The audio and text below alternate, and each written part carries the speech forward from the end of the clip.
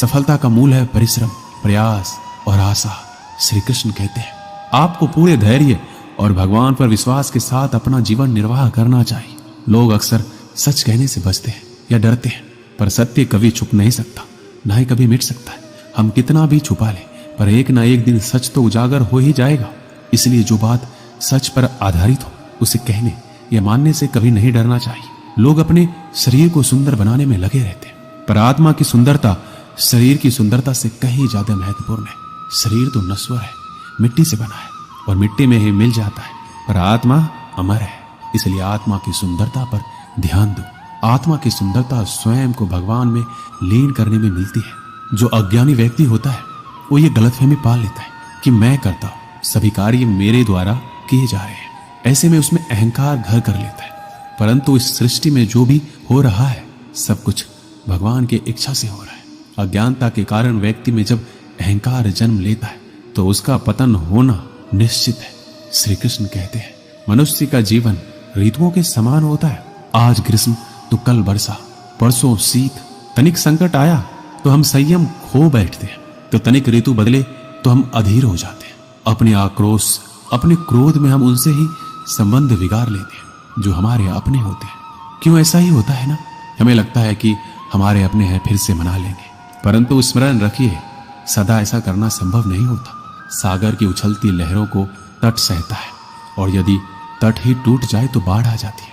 हमारे संबंध दूध की भांति होते हैं। दूध तपकर उबल सकता है, परंतु यदि उसमें खटास आ जाए तो वो फट भी जाते हैं, और फटे दूध को चाहे कितना मथ लो उसमें से मातम नहीं निकलेगा। इसलिए अपने संबंधों को संभाल कर निभाना चाहिए।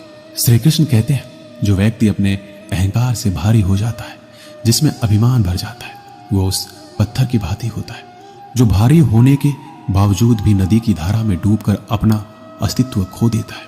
अगर किसी लक्ष्य, खुशियां, सफलता की प्राप्ति में लंबा समय लग रहा है, प्रतीक्षा की अवधि अधिक है, तो हो सकता है आपकी अपेक्षा से ज्यादा आपको मिलने वाला है। अपने कर्म पर अड़िग रहिए और विश्वास रखिए उस ईश्वर पर जो आपके कर्म की परीक्षा ले रहा है। जो लोग जीवन को भूत और अतीत के भरोसे छोड़ देते हैं उन्हें श्री कृष्ण सावधान करते हैं। जीवन का अर्थ ना भूत है ना भविष्य, जीवन केवल और केवल वर्तमान है। इसीलिए वर्तमान में अपने जीवन का आनंद उठाइए। श्री कृष्ण कहते हैं संगति या साथ, मित्र और साथी मनुष्य के व्यक्तित्व के लिए सबसे महत्वपूर्ण होते हैं। आप कहेंगे कैसे? मनुष्य अपने व्यक्तित्व के लिए उत्तरदायी होता है, परंतु मनुष्य संगति में ना चाहते हुए भी उसका व्यक्तित्व संगत की भांति हो जाता है। मान लीजिए एक पात्र में जल, दूसरे में दूध है और तीसरे में मलिन कीचड़ रखा हुआ है। यदि इस जल को दूध में मिला दे तो ये जल दूध बन जाता है, और यदि इसी जल को हम मलिन कीचड़ में मिला दे तो ये जल कीचड़ बन जाएगा। ऐसी कोई युक्ति नहीं कि जल बिना घुले मिले दूध या कीचड़ में अपना अस्तित्व बनाए रखे या उनसे अलग रहे। और ठीक ऐसा ही मनुष्य के जीवन में भी होता है। यदि एक गुणहीन व्यक्ति गुणवानों की संगत में बैठे तो उसे लोग क्या समझेंगे? गुणवान, सम्मान का पात्र समझा जाएगा। और यदि एक गुणवान व्यक्ति गुणहीनों की संगत में जा बैठे तो उसे भी तिरस्कार मिलता है। इसलिए अपने जीवन में सदैव संगति सोच समझकर सावधानी से चुनिएगा। श्री कृष्ण कहते हैं वो सब कुछ करो जो तुम्हें करना है, लेकिन लालच से नहीं, अहंकार से नहीं, वासना से नहीं, ईर्ष्या से नहीं, बल्कि प्रेम, करुणा और भक्ति के साथ। श्री कृष्ण कहते हैं नरक के 3 द्वार हैं, काम, क्रोध और लोभ। जो व्यक्ति कामी प्रवृत्ति का होता है, जिसके मन में लोभ होता है और जो अत्यधिक क्रोधी स्वभाव का होता है, उसके लिए नरक के द्वार सदैव खुले होते हैं। अर्थात ऐसे व्यक्ति को तो सिर्फ नरक में ही जगह मिलती है। मनुष्य सब कुछ चाहता है पर सब कुछ उसे नहीं मिल सकता। आपको जो नहीं मिला उसके लिए पश्चाताप मत करो, और जो आपसे खो गया, जो आपसे अलग हो गया, उसके लिए निराश भी मत हो। भगवान कहते हैं मैं सभी प्राणियों के हृदय में स्थित आत्मा हूं। मैं ही सभी प्राणियों का आदि, मध्य और अंत हूं। समय एक सा नहीं रहता। आज दुख है तो कल सुख भी आएंगे, और सुख के बाद दुख आना भी स्वाभाविक है। श्री कृष्ण कहते हैं मनुष्य भी बड़ा विचित्र प्राणी है। अपने से नीचे के स्तर के लोगों को हीन की दृष्टि से देखता है, उनका उपहास उड़ाता है, उनसे बार बार कहता है कि तुम्हारा कुछ नहीं हो सकता, तुम भविष्य में कुछ नहीं कर पाओगे। जब मनुष्य के पास धन, संपत्ति, मान, सम्मान होता है तो दूसरों का आदर नहीं करता, परंतु वो एक बात भूल जाता है कि उससे भी अधिक शक्तिशाली कोई अस्तित्व में है, और वो है समय। समय अपना चक्र कब बदलेगा ये कोई नहीं जानता। समय अपनी करवट कब लेगा ये कोई नहीं जानता। कोयला भी समय के साथ हीरे में परिवर्तित हो जाता है। इसीलिए जीवन में कभी भी किसी का उपहास नहीं उड़ाना चाहिए। श्री कृष्ण कहते हैं, निस्वार्थ कर्म को अपने जीवन में अपनाइए।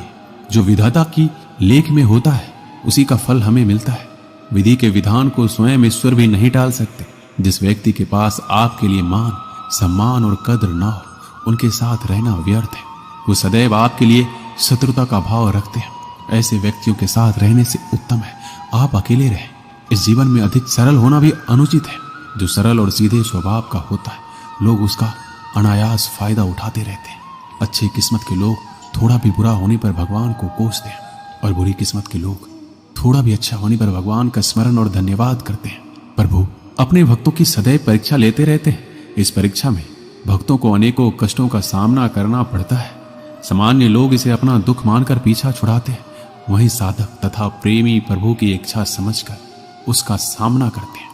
जो लोग कहते हैं कि अपनों के आगे झुकने में कोई बुराई नहीं है, उन्हें ये मालूम होना चाहिए कि जो सच में अपने होते हैं ना, वो कभी झुकने ही नहीं देते। दिव्यता केवल शक्तिशाली होने में नहीं, बल्कि दूसरों में शक्ति जागृत करने में। जब लोग आपकी बुराई करें तो परेशान ना हो, क्योंकि वो लोग आपको महत्व देने का कोई और तरीका नहीं जानते। सबसे इस तरह का व्यवहार कीजिए कि कोई आपके बारे में बुरा भी कहे तो कोई उस पर विश्वास ना करे। हम ना बोले फिर भी वो सुन लेता है, इसीलिए उसका नाम परमात्मा है। वो ना बोले फिर भी हमें सुनाई दे, उसी का नाम श्रद्धा है। अगर कोई व्यक्ति शिक्षा से पहले संस्कार, व्यापार से पहले व्यवहार, भगवान से पहले माता पिता को पहचान ले, तो जिंदगी में कभी कठिनाई नहीं आएगी। स्वार्थ संसार का एक ऐसा कुआं है जिसमें गिरकर निकल पाना बड़ा कठिन होता है। श्री कृष्ण कहते हैं, आपने चुंबक को तो देखा ही होगा, कैसे वो लोहे की ओर आकर्षित होता है और कैसे वो लोहे को अपनी ओर आकर्षित करता है, क्योंकि उसके स्वभाव में ही आकर्षण है। हम सबके भीतर एक ऐसा ही चुंबक होता है, विचार का चुंबक, जो सदा अपने ही जैसे विचारों को आकर्षित करता है। हम जो बोलते हैं वही करते हैं, उसी प्रकार हम जो सोचते हैं वैसा ही पाते हैं। साधु ईश्वर का नाम जपता है तो उसे ईश्वर मिल जाता है, अर्थात फल हमारी सोच पर ही निर्भर करता है। इसलिए हमेशा सकारात्मक सोचिए। एक शहर में एक परिश्रमी, ईमानदार और सदाचारी लड़का रहता था। माता पिता, भाई बहन, मित्र, रिश्तेदार उससे बहुत प्यार करते थे। सबकी सहायता को तत्पर रहने के कारण पड़ोसी से लेकर सहकर्मी तक उसका सम्मान करते थे। सब कुछ अच्छा था, किंतु जीवन में वह जिस सफलता प्राप्ति का सपना देखा करता था वह उससे कोसों दूर था। वह दिन रात जी जान लगाकर मेहनत करता, किंतु असफलता ही उसके हाथ लगती। उसका पूरा जीवन ऐसे ही निकल गया और अंत में जीवन चक्र से निकलकर वह काल चक्र में समा गया। चूंकि उसने जीवन में सुकर्म किए थे, इसलिए उसे स्वर्ग की प्राप्ति हुई। देवदूत उसे लेकर स्वर्ग पहुंचे। स्वर्गलोक का अलौकिक सौंदर्य देखकर वह मंत्र मुग्ध हो गया और देवदूत से बोला, ये कौन सा स्थान है? देवदूत ने बोला, ये स्वर्गलोक है। तुम्हारे अच्छे कर्म के कारण तुम्हें स्वर्ग में स्थान प्राप्त हुआ है, अब से तुम यहीं रहोगे। ये सुनकर लड़का खुश हो गया। देवदूत ने उसे वह घर दिखाया जहां उसके रहने की व्यवस्था की गई थी। वह एक आलीशान घर था, इतना आलीशान घर कि उसने अपने जीवन में कभी नहीं देखा था। देवदूत उसे घर के भीतर ले गया और एक एक करके सारे कक्ष दिखाने लगा। सभी कक्ष बहुत सुंदर थे। अंत में वह उसे एक ऐसे कक्ष के पास लेकर गया जिसके सामने स्वप्न कक्ष लिखा हुआ था। जब वो उस कक्ष के अंदर पहुंचे तो लड़का यह देखकर दंग रह गया कि वहां बहुत सारी वस्तुओं के छोटे छोटे प्रतिरूप रखे हुए थे। ये वही वस्तुएं थी जिन्हें पाने के लिए उसने आजीवन मेहनत की थी, किंतु हासिल नहीं कर पाया था। आलीशान घर, कार, उच्चाधिकारी का पद और ऐसी बहुत सी चीजें जो उसके सपनों में ही रह गए थे। वह सोचने लगा कि इन चीजों को पाने के सपने मैंने धरती लोक में देखे थे, किंतु वहां तो मुझे ये मिले नहीं। अब यहाँ इनके छोटे प्रतिरूप इस तरह से क्यों रखे हुए हैं? वो अपनी जिज्ञासा पर नियंत्रण नहीं रख पाया और पूछ बैठा, ये सब यहाँ इस तरह, इसके पीछे का क्या कारण है? देवदूत ने उसे बताया, मनुष्य अपने जीवन में बहुत से सपने देखता है और उनको पूरा हो जाने की कामना करता है, किंतु कुछ ही सपनों के प्रति वह गंभीर होता है और उन्हें पूरा करने का प्रयास करता है। ईश्वर और ब्रह्मांड मनुष्य के हर सपने पूरा करने की तैयारी करते हैं, लेकिन कई बार असफलता प्राप्ति से हताश होकर और कई बार दृढ़ निश्चय की कमी के कारण मनुष्य उस क्षण प्रयास करना छोड़ देता है जब उसके सपने पूरे होने वाले होते हैं। उसके वही अधूरे सपने यहाँ प्रतिरूप के रूप में रखे हुए हैं। तुम्हारे सपने भी यहाँ प्रतिरूप के रूप में रखे हैं। तुमने अंत समय तक हार ना मानी होती तो उसे अपने जीवन में प्राप्त कर चुके होते। लड़के को अपने जीवन काल में की गई गलती समझ आ गई, किंतु मृत्यु पश्चात अब कुछ नहीं कर सकता था। इस कहानी से हमें यही सीख मिलती है कि किसी भी कार्य को पूर्ण करने की दिशा में अगर आप आगे बढ़ रहे हैं तो उसे दृढ़ निश्चय के साथ कीजिए, चाहे कितनी भी मुश्किलें क्यों ना आए, चाहे कितनी बार भी असफलता का सामना क्यों ना करना पड़े। दोस्तों, इस वीडियो में बस इतना ही। मिलते हैं अगली वीडियो में। अपना ख्याल रखिएगा। जय श्री कृष्ण।